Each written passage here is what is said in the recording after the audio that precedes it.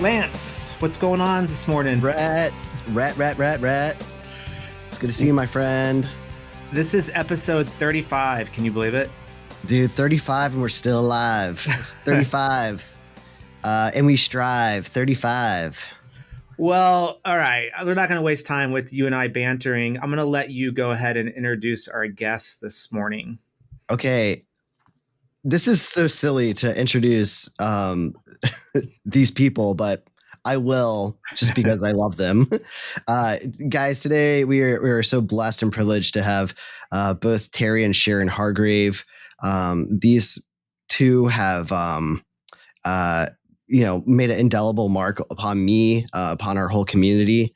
And today, I asked them to come on today because there's some stuff I really want to talk about today. And so this is I literally talked to Terry yesterday, and he was very kind to come on. And then we got Sharon as well. So sorry, I didn't mean to Oprah on that one, but I'm very excited to have Terry and Sharon Hargrave here today. Thanks for asking us. We're pleased to be here. Yeah. Lance, so go ahead and set us up for what you've been kind of processing recently and why you wanted to have a conversation with the Hargraves specifically. Yeah. So I want to say, oh gosh, it was, I don't know if it was during COVID or when it was, we had this meeting with Terry and Sharon and a whole bunch of people in Pasadena. It's like called Therapy in the Stars RT Connects the Stars, Dream the Stars. It was awesome. We went to this huge telescope and all this other stuff, and we got to see Saturn. It was amazing. But one of the things that really touched me was this view on kind of how dysregulation, when we get so dysregulated that it leads to polarization, and then it gets to this extremism stuff. And I wanted Terry to come on to kind of share about this part of how to understand what's going on in culture from a therapeutic perspective when we are looking at restoration therapy, because I think restoration therapy touches all these zones. And then we also have Sharon, who's going to help us to navigate what does the therapist do in the therapy room when you have these, it feels like you're ping-ponging, what? I thought you were I was just in a session where, this political figure is the worst person on earth. Now I'm in the therapy session where we love this person, but we hate this other person. And blah, blah, blah, blah, blah. What am I supposed to do right now as a therapist, bouncing off the walls and, trying to touch the soul, but also trying to take care of ourselves. So we have just such a gift having Terry and Sharon here today. Yeah. So, yeah, how about we just take it away? Terry, would you mind talking through, y'all can talk initially, whatever you want to do, because I just love to hear your voices. And supposedly they're going to add some bass to my voice today. I'm so excited. I'm sure RO just heard that, and he's probably going to do extra bass right now. So here we go. We have Terry and Sharon live. Sorry. Thanks, guys. We always appreciate you two and the service that you're doing for the RT community. It's very important that you keep people connected. I just taught a level 1 training this last weekend, and there were several people that were listening to the podcast already and well into becoming excited about being Lance and Rhett groupies. So, yeah. One of the things. Do you have to go in, Terry, and unteach them everything that they heard in the podcast in level 1? No. We don't have to do that. All right. We're working on it. One of the things that, particularly in a time such as ours, therapists have to realize that pain cycle stuff is pain cycle stuff is pain cycle stuff. The kind of the kind of thing and kind of emotional dysregulation that you see going in politically in our communities, in our churches, in our daily life with families, This is all due to emotional dysregulation. Remember, some of the basics that are important to relate to, there are only two ways that human beings get emotionally dysregulated. They get dysregulated around their identity or sense of safety. A third option would be they have both of those things going on at one time. Uh, the the milieu of what we're doing right now, what you see on more of a global scale, but particularly on a national scale, is this kind of emotional dysregulation that leads to more and more tragic events. So this would be the idea, is that so when we track things back, it relates to everybody's individual pain cycle. Their identity and sense of safety, or both of those things, get dysregulated and they act out. And we know that in that reactive state, they do regularized things. So they go to blame, shame, control, escape. These are tried and true expressions of reactivity in the human nature, and they're not 20 of them. I'm always tickled about the idea of people turning fight and flight to fight, flight, fawn, flop, freeze, Flop. just more and more. No, there's two primary reactions, because that is the way that the brain works. Particularly that part of the brain. It's an on-off switch. It's a yes, no, black, white. It's either this or that. And in humans' case, it is fight or flight. That's it. All those other F's that they add to that framework are actually a prefrontal cortex involvement. They may be some kind of characteristic type thing, but they're not automatic responses. So emotional dysregulation leads to that kind of reactivity.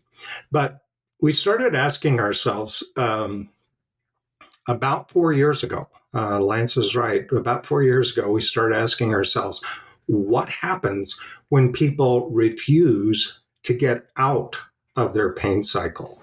In other words, and I just want to show this diagram up here. Can you see that okay? Yeah. You can see that. So if you're Can we moving, put this on the show notes too? if you're moving, we'll upload that to the show notes, Terry, as well, if that's okay with you. Okay. if you move from left to right, you can see that what goes on is that you're in a reactive state. If you stay there long enough, you will become what we call polarized. That polarized state begins to talking you into, oh, I am so used to my own emotional dysregulation, I'm going to take it one step further. Those other people are wrong. They're the cause of my dysregulation and a cause of what the problems are in the universe. Everything the left says, the left says, if I'm on the right, is they're just flat wrong. They shouldn't be able to do that. And we, in fact, start justifying our blame, shame, control, and escape. I'm right to confront them. I'm right to be unkind to them. I am right to or a shaming reaction. It is hopeless. Those people are in like Flynn, man. They are going to keep on going forever, controlling like, oh God, I got to get organized. I got to get, we have to fight this on every level or escape, where I just go click. I'll just turn that off and drink or drug or whatever it is. That polarization becomes damaging. But here's the deal, and this is what's most important, is that if we stay long enough in that polarized state, remember, it starts with dysregulation. So I am dysregulated, but now I'm polarized. If I stay polarized, if I refuse to regulate myself, I will become entitled. And that entitlement becomes extraordinarily dangerous at that point. Because what I feel is that these people on the other side are the enemy, and we are right to get them out of the way.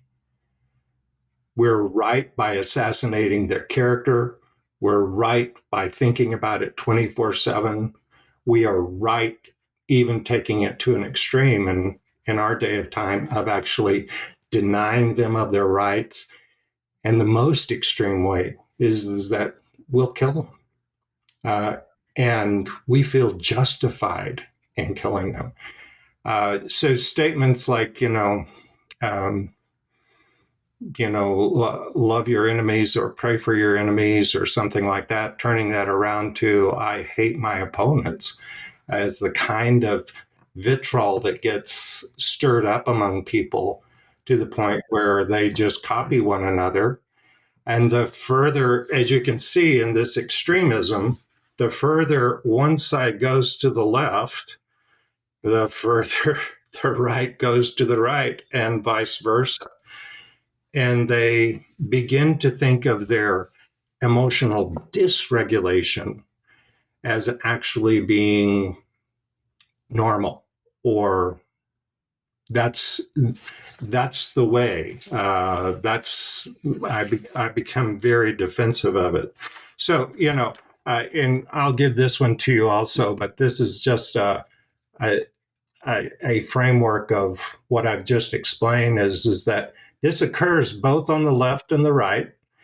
It moves people in, whether you're in your family, whether you're in your local church or school, whether you're talking about your community or what you're talking about our nation or worldwide. And let me tell you, Sharon and I lived through, we were teenagers during the most reactive time in our country's history of the 20th century. And that was 1968. I guarantee you the Vietnam War was going on. There were a lot of overtures and fights about what we were doing in terms of policing the area. We couldn't trust our government any longer. It was a time where there were assassinations, one generation challenging the other. We can tell you, hands down, this is 5 times worse. Our where we find ourselves today is 5 times worse than the worst time that we had ever experienced in terms of polarization. So this is not any little deal, and it affects us personally. Yeah. But what we thought would be helpful, and particularly Sharon and was chatting with Clint Davis a few days ago, and what we thought would be helpful is talk about, what is our therapeutic response? Because our pain cycles get activated in this also, and we tend to go to one extreme or another. We become way over involved in our own dysregulation, or we tend to get uninvolved and staying quiet out of our own dysregulation. So, questions about that? Or I just want to add to this. All this started because this thought, as I would drive back and forth to Pepperdine, my long commute, and listen to the news, I think, how do people get to the place that they feel justified killing another person? Yeah. And that's where we started having these conversations about how does that process happen? Because everybody that kills somebody is not emotionally deranged. There are people that purposely plan and work this out and feel totally justified to bomb a place, to shoot somebody. So that's where kind of the conversation started, is how are people getting to these places? Yeah. I mean, I think just this mentality of prolonged pain cycle experience in and around certain pieces, and the way it just kind of slowly like gets us into these prisons, right? It's, us versus them mentality. And then it depreciates to us versus it, where we don't even see the others as humans. Yeah, yeah, Yeah. Lance. And the thing that we as therapists, we recognize this, right? Because we see families that do this to one another. They get into an extreme entitled position saying, I'm not letting if we're adults, I'm not letting my family go back to my parents' house because that's just crazy. They're just nuts. And I feel totally entitled to that Yeah. position. You see this in marriages all the time where Oh yeah. people get spent their lives being emotionally dysregulated. And it's like sleeping with the enemy. They are so dysregulated, they believe their spouse is the enemy. The other It like thing, breaks the heart.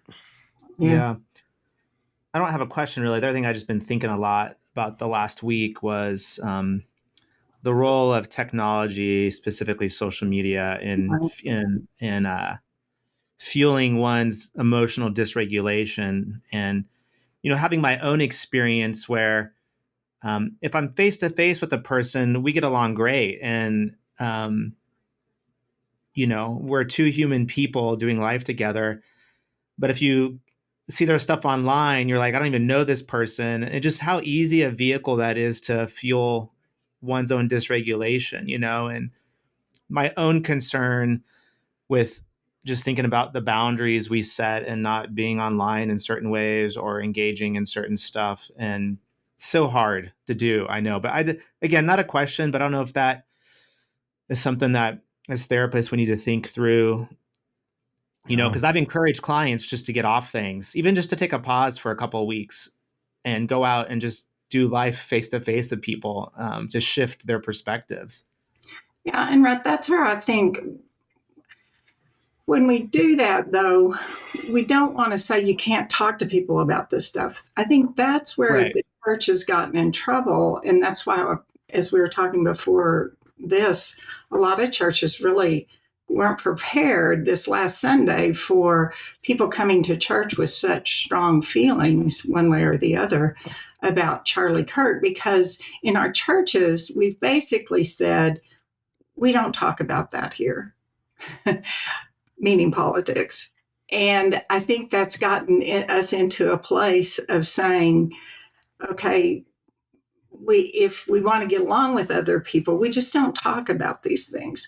And that's where I just feel really strongly that I'm not saying church should be political. Please don't hear me say that. I'm just saying there should be no topic at church that we can't engage with another human being about and have a calm, connecting conversation about. And so I think our churches now, I was telling the guys before this group, Terry and I have been in a small group here in Sedona. And over the last year and a half, we've gone from a position of we don't talk about stressful politics here to why don't we talk about stressful things where we disagree on here to, man, we got to start talking to each other about this stuff in a calm, connected, engaging way. Because if we just cut ourselves off and don't think about it or talk about it, actually that's in a way a dysregulation. So I agree with you that the social media makes me believe that my friends or people that I don't necessarily agree with are just thinking awful things. Well, that's not true. Well, and I've found it helpful to not engage online and that stuff, and to sit down over a cup of coffee with my friend, for example, this week, and just have a conversation about it where we can, there's nuance. We can care for each other. It feels like that very much I thou relationship. There's a level of respect and just moving in those directions, but not avoiding it, but trying to move it offline. And I think, and thinking about the space that I inhabit and what I have control of and what I don't have control of, and to be focused on those people around me. Like I was telling my daughter who's off at college, and it's a college campus, so you can get caught up in a lot of stuff. And I just encourage her. I'm like, look around you at the people in your dorm and the people you go to lunch with and the people you do life with, and do your best to care about those people and have conversations with them. And there's a lot of things that are out of your control at the moment, and maybe someday you may have to engage at a different level. You'll be required to do that. But right now, like, just focusing on those people within our sphere and loving them and doing the work has been really important, I think, for me recently, and trying to encourage, my own daughter in that. Yeah. It's one of the things that I think is important that we get ourselves settled for, though, is that when we see somebody in an extremely entitled position, remember, one of the reactivities of humans is to flight. Mm-hmm. And so what we do most of the time is, particularly in therapy, here's the therapeutic framework, is that when people come in emotionally dysregulated about that, instead of taking on their emotional dysregulation through the 4 steps, so let's talk about this. What is it that you feel? What is it that you do when you feel that way? What's the truth that you want to say about your identity and sense of safety, to get them grounded basically in a place where they can calm themselves so good stuff starts coming out of it. And again, what happens mostly, particularly in the therapy room, is we get in our pain cycle, is saying, oh, whoa, man, this client's really going off in a loop or something like that. And we get in our pain cycle, and the most common thing we do, we either say, I feel so inadequate as a therapist to be able to handle this, or we just say, I'm not commenting on that. I'm not going to chase that pain. I don't have a dog in this fight, so I'm just going to lay low. Those are mistakes. Those are therapeutic mistakes, in that we need to chase our own emotional dysregulation first. But then we also need to be able to, whatever the subject is, chase emotional dysregulation, because that's the enemy. That's where people eventually escalate to the next level. So, if you think your client is ranting and raving now, wait till they get into a position of extreme entitlement and start taking actions that are not only hateful, but really undermining the girding of human beings and your organization or your practice or something of that nature. It becomes lethal at that point. I think, Lance, to one of your comments earlier, and shout out to Clint for our great conversation that we had, but he said that's what he'd been doing all week long last week, was people come in dysregulated on both sides, Oh, yeah. And he'd just walk them through the 4 steps. And he said by the end of the session, people would get to the place that you say, okay, what are you going to do differently? And they would state positive connection, peace cycle things that they were going to do differently. And I think for the therapist, for the care of the therapist, that helps the therapist so much be able to say, I don't have to bang back and forth from one side to another. I just have to hone into the pain cycle and say, okay, my job here is to help all these people get regulated. I'm contributing to their church. I'm contributing to their family. I'm contributing to their community by helping them see they don't have to act in destructive coping ways when they hear these topics. So, Clint, like you guys was seeing, and a lot of the therapists listening, you were seeing, multiple people in many, many different emotional realms. And I just thought that was really powerful to use that as an example to say, okay, let's go there, instead of saying, okay, well, let's work on your marriage. Or whatever you're there for. And we don't have to go on a crusade to be able to do that. Right. Because like our clients, They come to us like your daughter on a college campus.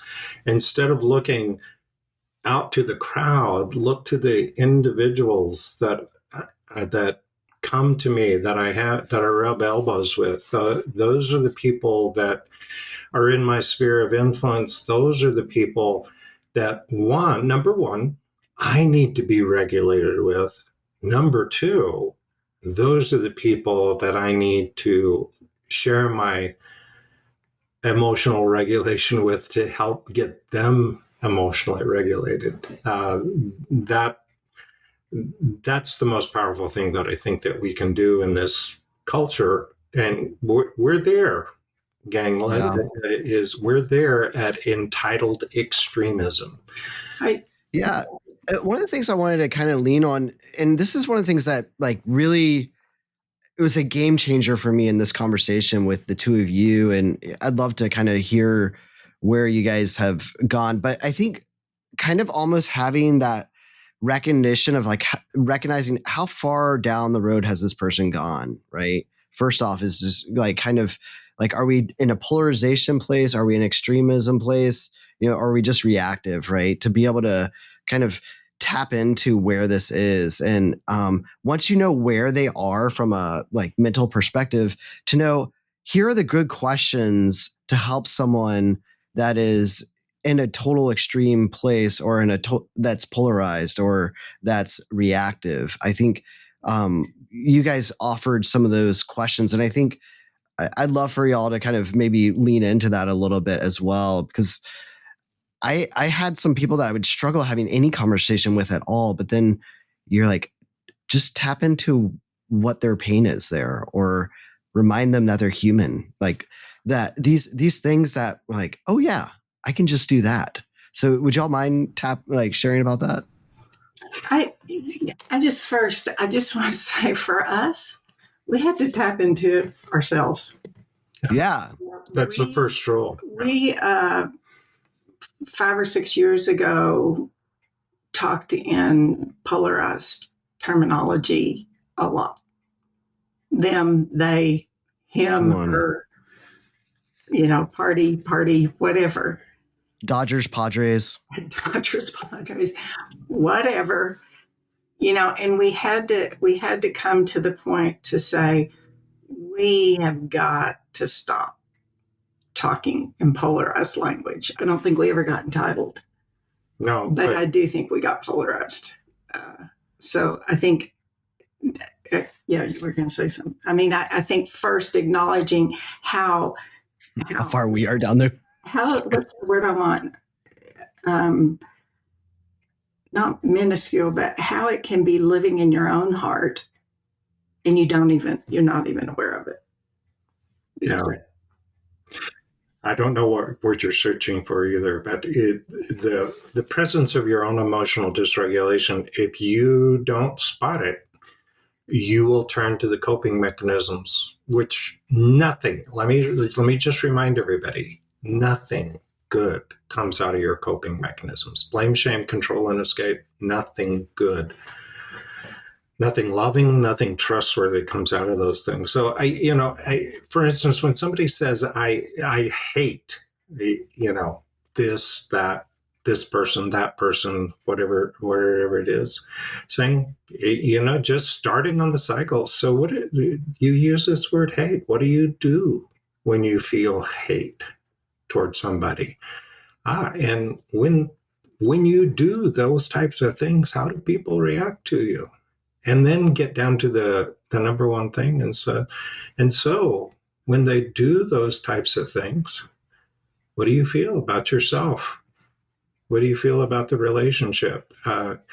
You're going to run into this sense of I'm impervious to it, or I'm entitled to it, or I'm saddened by it. I feel terrible about myself, or I feel the need for more power. I mean, you're going to run into these painful words that really dictate a lack of identity and a lack of safety to the point where it becomes more and more evident. But the primary thing is that you have to hear that without getting emotionally dysregulated out of yourself, where you can't ask the questions, because our natural ability is either going to be attack somebody, feel bad about it ourselves, or we're going to try to control and organize the other side, or we're just going to go away and be hopeless about it by numbing ourselves. So, I think we have to be strategic in saying, I got to deal with myself first and get myself in a position to ask that next right question when somebody is doing something destructive. What's driving that? Or when they say something that is reflective of what's in their heart, saying, what do you normally do when you feel that? What do you normally do when you're saying what you're saying?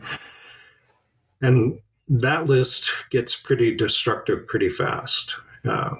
Yeah. Were there some questions, Lance, that you were thinking about? I think one of the things that I noticed is, when people get on the rant, or when the rant starts going, one of the things that you really encouraged was to slow them down. And this is I think it works in both realms, but I found so much movement to say, tell me what's the pain going on there for you. It sounds like there's something really deeper going on as you talk about this rant, because they'll just repeat, and I do it too, to be fair, repeating the soundbite that they just heard. Right. And I found that if I started asking people that question, help me to understand the pain that's going on inside of you as you talk about this. Mm-hmm. When you're concerned about immigration, when you're concerned about gun control, when you're concerned, what's the pain that's going on inside of you?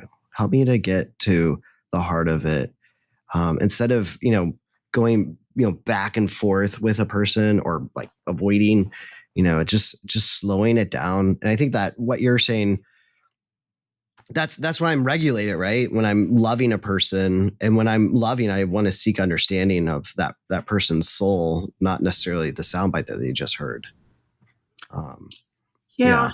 You bring up another thought that I hadn't mentioned, but this whole idea of safety for people right now. Some people literally aren't,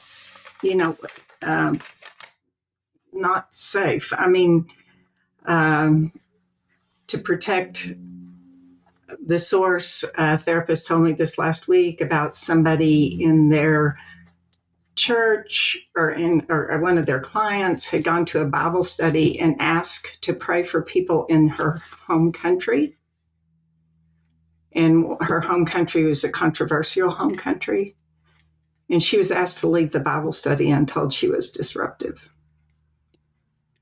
So there are situations where people are losing their foundation of things that they stand on, that they're really something to be afraid of. So I also wondered if it'd be a good idea to kind of walk back through those ideas of, when we say to people, when they're feeling on their pain cycle is unsafe, we've talked a lot about how you can't just put the word safe on their peace cycle, because that's not going to speak to people like me who've been through trauma. God did not keep me away from that trauma. So I don't know if y'all have talked about that on the podcast recently, but the other ways we can help people regulate that feel unsafe. Yeah, Sharon, you literally took the words from my mouth. I was thinking about, you had this idea of of course, Carl Rogers, this unconditional positive regard for people to in the room. And I have to admit, there's times where I want people to feel safe. So I don't say anything. I don't challenge maybe some of their views on things. But what has become more clear to me recently is that there are some views that people will say that aren't just views, but they're literally challenged people in the community's sense of safety, like at a physical level. And so then I wrestle with my role as a therapist of how, like, even to navigate that, if that makes sense.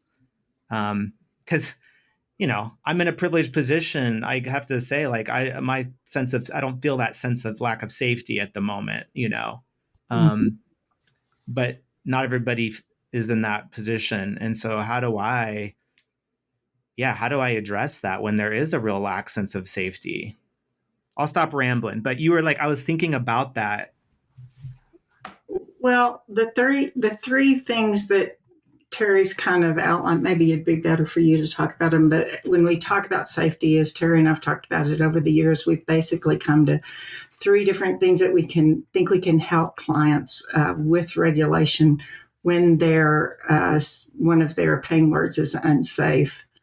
Do you want to talk about that, or? Yeah, lack of safety, we traditionally say there are three things that you can do in terms of lack of safety to make yourself safer. One is to empower yourself to do something around the situation that moves it towards safety. If you're in a unstable neighborhood, what can you do that's constructive for the neighborhood? Putting up more lighting, or getting to know the people around you. Start organizing people to keep an eye on one another. Organize yourself around having non-emergency and emergency numbers for law enforcement, things of that nature. Learning how to remove gang tagging and things of that nature. I mean, all these things are important to empower yourself on. You are usually not helpless. You usually, if you isolate yourself and tell you're helpless, it usually complicates your situation. The second thing is I just want to add into that, in these days and times too, having a plan if something did happen that removed you from your community, from your family, that you have a specific plan in order for your spouse, your children, whatever the concerns are, to just ruminate on, oh my gosh, what if this happens? What if this happens? What if this happens? Is not going to be helpful. But to say, okay, there's a reality that this could happen. How, as a therapist, can I help you come up with a plan in case it does? So just went back to that. Yeah, I think that's so helpful. I mean, to just name the thing, like we know what our next step is for the plan, so we can move on instead of just ignoring it. Like, I think that's great. And they're afraid, and that's okay. It's what do we do when we're afraid? Yeah. And in our day and time, these are some harsh plans that we have to make. One of the things, our children live in New York City. We live in Sedona, which seems like it's safer, but it not necessarily is.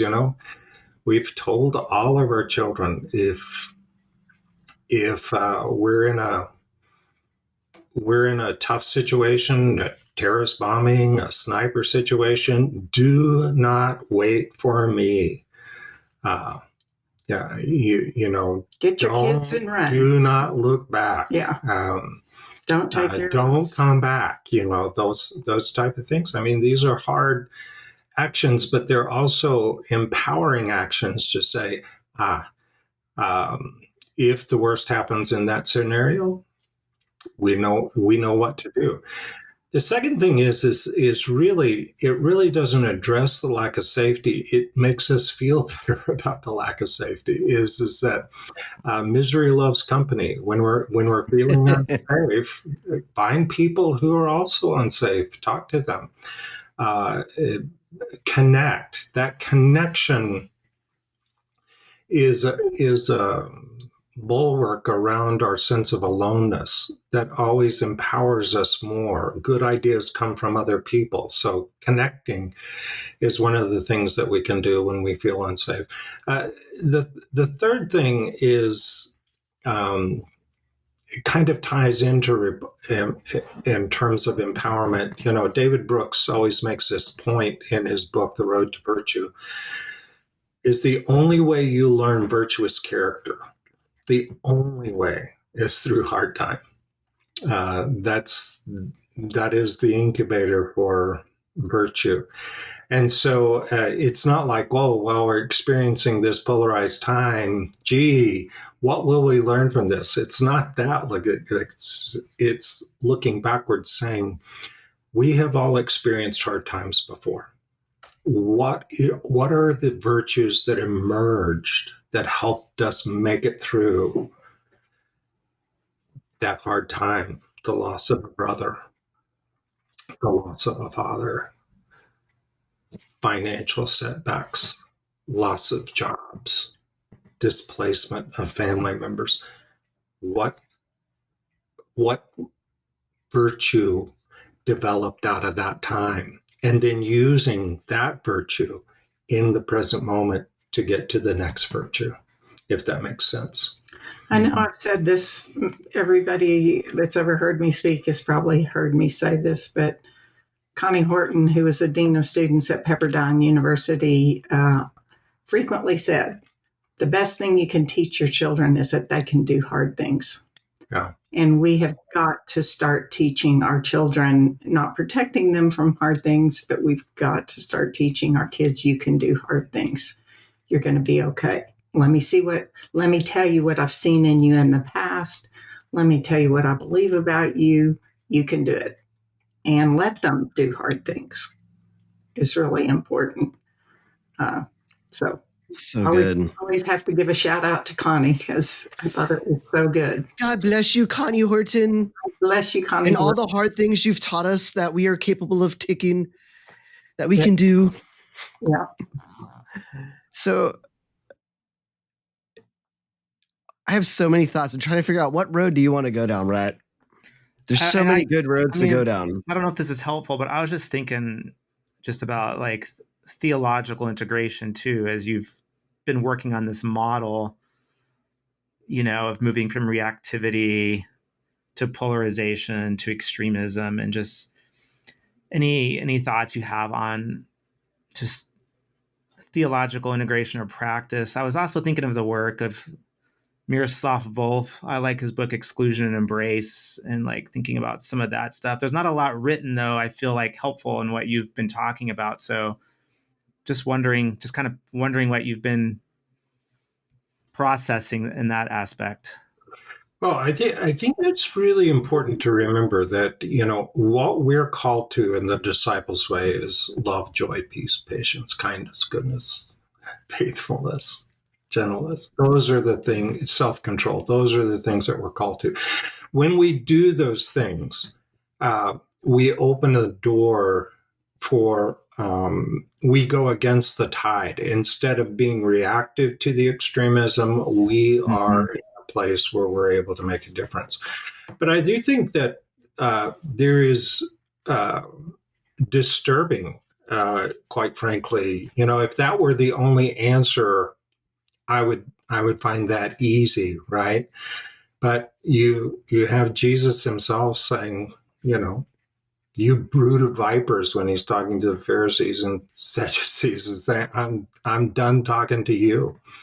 And he never utters another word.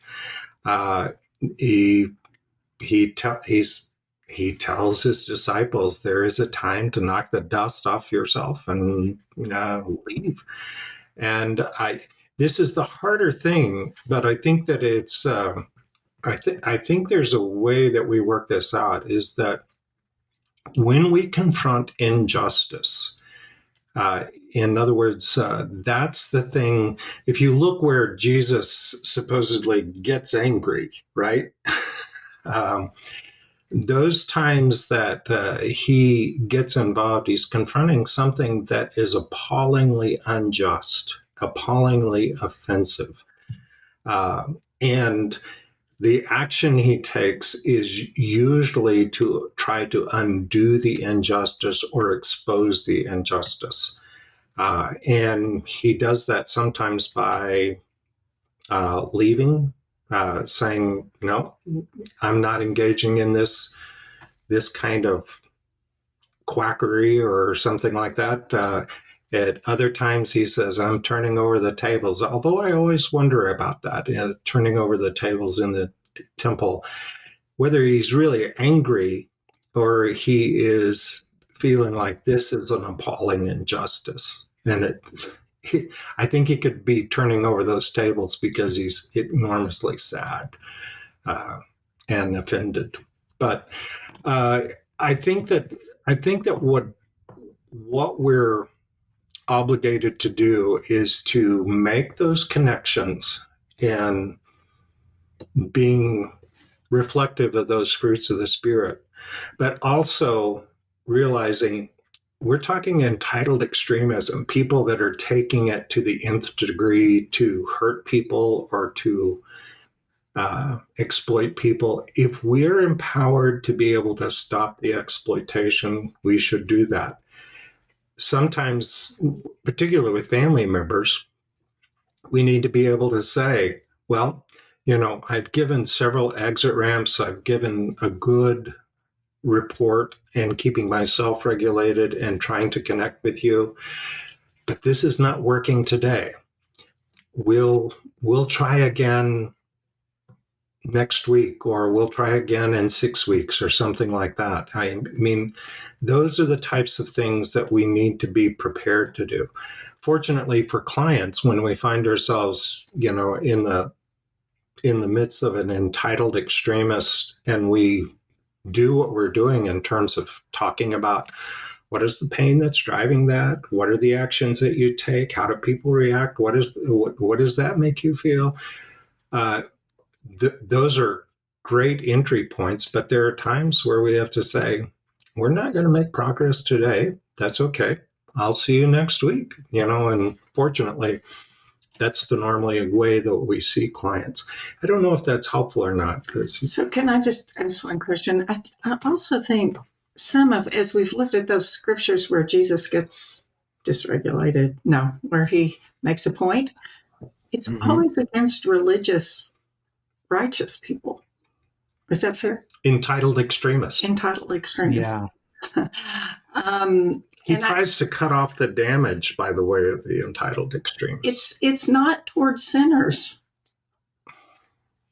And I think we have to really, that is a message for our day and time that we need to really, and when people use those verses to say, well, Jesus was angry, I think we got to say, what's he mad at? And it's not sinners or people who... It's not the opposite side. It's not them. It's religious, self-righteous people. And that's a little frightening to me, sometimes. So that was the only thing I wanted to just add to that. But I also, the other theological thing that I think is important for us to remember, depending on the population that we work with and the Christians that we work with, but we not only have scripture encouraging us to the fruits of the Spirit, like Terry mentioned, we have the power of the Spirit that works within us. And depending on your population and depending on how that hits somebody, it's like you're not alone in this. You do have the helper that lives within you that you can really, just like when I'm in a session or when I'm with somebody and I start getting dysregulated, I start praying, Lord, I'm getting dysregulated. Help me see this. Help me understand. Help me stay connected. Because I think part of the dysregulation is we feel so alone. So that would be the only other theological thing that I might add in that's really helpful for some people that are Christians to say, just, rely on the help that you have, and it will be helpful. Yeah, the spiritual message also is that we have to point toward the truth. We're not supposed to be the people in control. Sometimes we are, but most of the time we're not. And so we have to reckon with the possibility that we, and certainly in our history of being faithful, our history has a long history of people being victims of entitled extremism.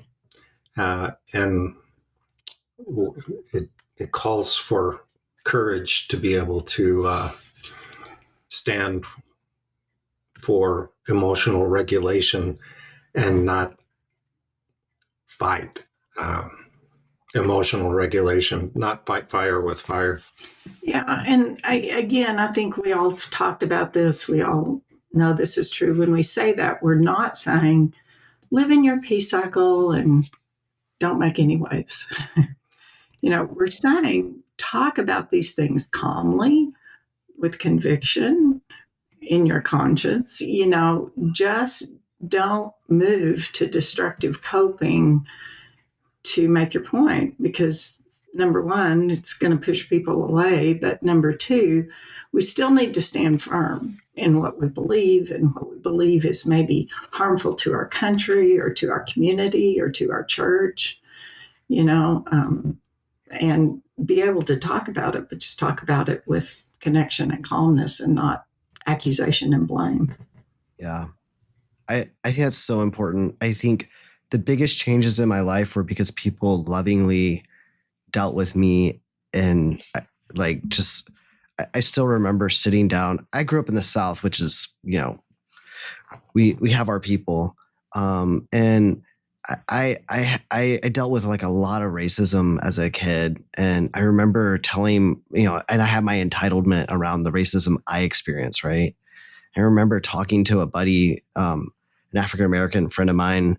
And I was like telling him my little story of woe. And I don't know what it was about the way he embraced me, but he was like, dude, I'm so sorry that happened to you. And he looked at me and he said, now, Lance, you know what I deal with every single day. And when he said that to me, all of a sudden my eyes are like opened. Mm-hmm. I was woke in this place of like what his experience was like because he identified with my own experience. And I just think we have to be willing to just go into the water. Because if he didn't go into the water with me, I would have walked around with my little woe is me story for the rest of my life of like my little bad thing that happened to me. But what I learned was like, no, that's not right. I can't just stand with what happened to me. There's so much more to learn. Yeah. That's a powerful point, Lance, is because in times where you have this entitled extremism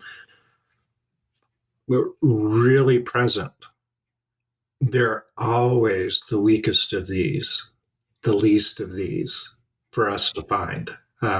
It becomes more, they become more exposed because they're usually the ones taking the brunt of the entitled extremism.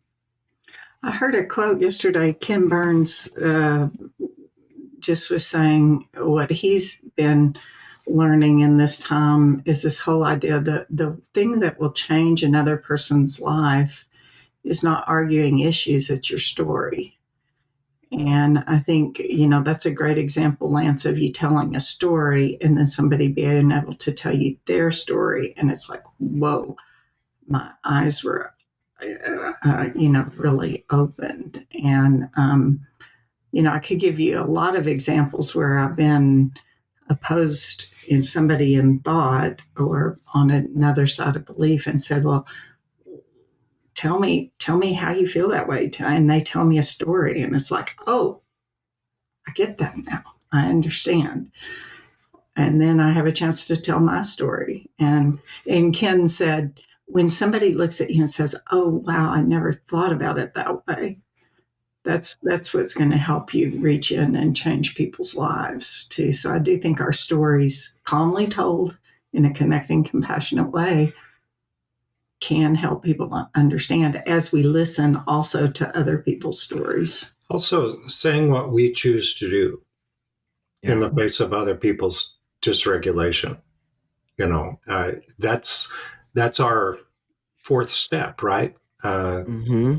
When I'm emotionally dysregulated, I say what I feel, say what I normally do. when I'm moving into my peace cycle, I say to myself the truth about who I am and my sense of safety.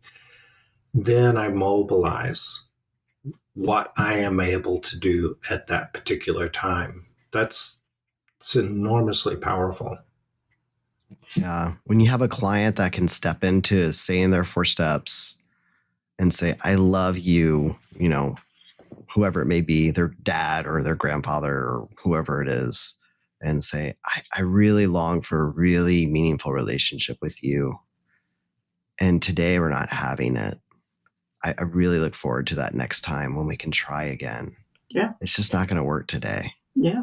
Like to be able to like have that empowered choice step of like living the love, but setting the boundary, knowing that, to borrow a little language from my good friend, Terry Hargrave, to give them the opportunity for compensation down the road. And like just being mindful of that. So, oh man, so many good things. Rhett, where are you? I got a lot of work to do. That's where I'm at. Us too, Brett. Yeah, absolutely. All of us do. Yeah, I'm just, it's heavy time, it's heavy conversation, but I feel really hopeful, and I'm just go back to what you said. I'm just more and more convinced that, we just look to the world that the people that I do life with, and if everybody, did the work around them, the world would be quite different. But we spend this goes to anxiety. I think a lot of our anxiety spins us out to look at all the things that we don't have control of, and we spend our energy looking at out there and fail to see what I could do today. And you should write a book about that, Rhett. Yeah. We all want to, make a huge impact, but the biggest impact is just the people who come in our office every day and the people we go home to every day and the neighbors around us. And maybe that's me aging too. I'm just more and more convinced that the most important work is just right here in front of me, and it's not out there. And that's what changes the world. You said it. Yeah. But I think that's what was so encouraging to me when I got off the phone with Clint the other day. Yeah. I thought, if we have, I don't know how many restoration therapists there are out there. Let's just choose 1,000. 8. We have enough. 1,000 restoration therapists out there that are teaching their 50 clients to self-regulate. We're changing the country. Yeah. And I don't want us to lose sight of that. We as restoration therapists are helping people know how to self-regulate. I know this is my soapbox, but that's the answer to all the pain that we're facing these days. So I just want to say, yes, I agree with you, Red. It's our circles. But when we think about the circle of RT and all the therapists and all the clients that come in to see all the therapists, we can change a lot. Yeah, and that's what gives me hope, because it's not up to me at the end of the day. I just do what I can do. And if we're all doing what we can do, it only took 12 disciples to turn the world upside down. Right. And one of them had a screw loose. I think a lot of them did. But just think about that. Our model is built on change. There's so many models that are out there that just say, here's how you tolerate and put up with that. Or cut them off. This off. is how you tolerate and put up with that. Yeah. No, we had to change. Yeah. I was reflecting a lot on, Terry, you and Sharon, one of your friends or acquaintances, there's a Henry Nouwen book back there on my shelf, In the Name of Jesus. And he's talking to Peter. Peter wants to be powerful in this position in John chapter 21, and kind of tells him, one day you're going to be led to places you don't want to go, and a belt wrapped around your waist. And I've been just reflecting a lot on the idea too of just the disciples' way is a way that we often don't want to go, and places we'd rather not be led to. And, we might be in a time, or a moment in time where there are things that, that discipleship requires that we just don't want to do or that we're not prepared for. Yeah. And that's pretty heavy, but it's also very hopeful. Mm-hmm. Yeah. Because we're not alone. Yeah. Right. And I just want to remind, I want to remind people, those that come from a spiritual perspective, 1968 was the most polarized time that we experienced as teenagers, that the world had seen up until that amount of time. Maybe the most polarized time in 25 to 30 years in that generation. And just so happens the Jesus movement picked up in 1969 through the mid 70s. So, who knows? There's reason. I may be wrong, but I think God's at work. So, yeah, I don't think you're wrong, Terry. Yeah. I'm gonna lean on that. He probably is at work. We just gotta figure out how. Yeah. I always like that line in The Lion, the Witch, and the Lion, the Witch, and the Wardrobe, where it's like Aslan is on the move. Yeah. And constantly working all things together for good. Oh gosh, you say that. I feel like the beaming of hope inside of me when you say Aslan is on the move, knowing that he is the embodiment of what Jesus would be in Narnia. Wow. Yeah. We got about 10, 12, 13 minutes left. Any other loose ends or thoughts that anybody wants to share, or just are kind of pondering or thinking through? If not, that's okay, but want to leave space for that. I just want to encourage listeners is that the things that we're talking about are still settled, and not in changing our clients first. It's changing ourselves most essentially, so that we can get in a position of helping our clients to change. So again and again and again, put ourselves in a position of hope, put ourselves in a position of change and hopefulness for our clients. Don't lay low. Don't go away. Don't pull the covers over your head, and stop looking forward. Be thinking about how you can handle the client in front of you, instead of thinking, oh God, when is this hour going to be over? Yeah, I don't know. I just really appreciate the opportunity to share these things with you all today. I just want to say thanks. It's been on our hearts a lot, and through our schools, through our communities, through our churches, through mainly our families, this stuff is tearing people apart. And so I'm hopeful that this conversation has been helpful to say, let's get back to the business of helping people self-regulate. Yeah. I was thinking about your language, you and the deals, even in, I know it's a book on marriage, the mindful marriage, but I was thinking about the language of partnering, and when we're emotionally dysregulated or into co-regulation, we're just trying to parent each other, right? And tell each other what to do. But when we're emotionally self-regulated, we move into partnership with the people around us. And that's a whole different empowering position. Especially now when Christians are kind of upset with each other. Yeah. We're all on the same team here. I think that's a good word. Is there any, besides the work you two are doing, I mean, I guess I'm wondering if there's any resources or people that you think are worth reading, even if it's not hits us specifically square in the eyes? I mean, Terry, you've mentioned several times, not just today but before, you like the work of David Brooks and on his stuff on virtue. Is really great. Just wondering if any other names come to mind for either of you. Yeah, I think that you can comfort yourself in pain. I think that you can connect with others. I think one way to run back to the people that have spoken before,